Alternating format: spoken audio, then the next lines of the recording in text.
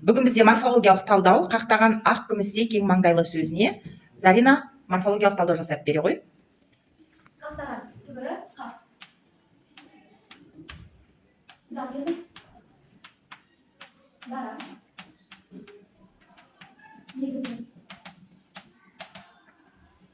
Жалпы. Деректі. Қақ. Зат есімнен.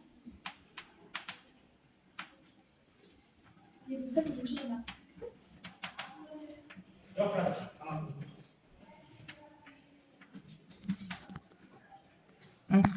Ған. Есімшені жинаған.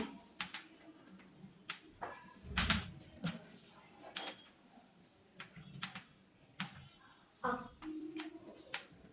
Сапалы сүмес.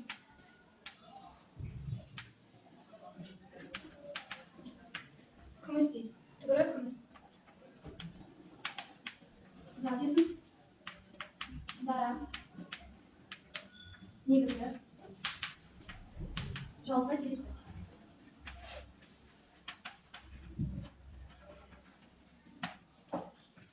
Тей. Зат есімнен. Сын есім тұтынушы жинақ.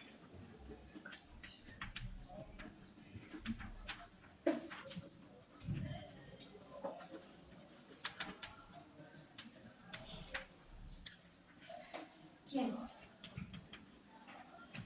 Негізгі сапалық сүмес.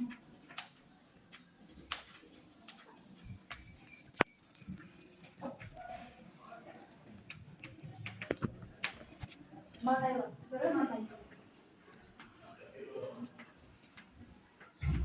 Зат есім. Дара.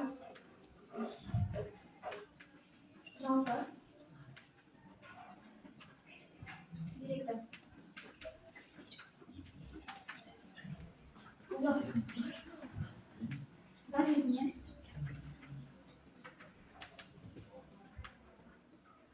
Сын есім тұтынушы жинақ.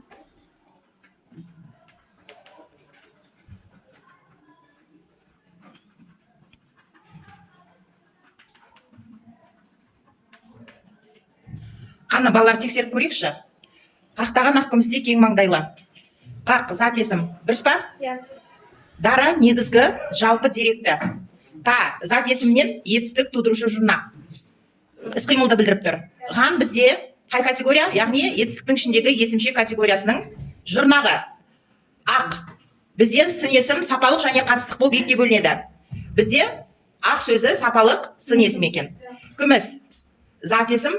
Дара негізгі жалпы деректі. Зарина сұраққа жауап бере қойшы. Деректі, дерексіз болып қалай бөлінеді? Деректіге қандай сөздер жатады? Дерексізге қандай сөздер жатады? Деректіге көзбен көретін құбылыс жатады. Ал дерексізге көзбен көруге болмайтын, көзге көрінбейтін құбылыстар жатады. Келесі. Тей, яғни күміс сөзінен, зат есімнен не туып кетті? Сын есім туды, я? Кең. Негізгі сапалық сын есім. Маңдай зат есім дара жалпы деректі. Л зат есімнен сын есім туды жұрнақ. Балалар дұрыс па? Талдауы жарайсын.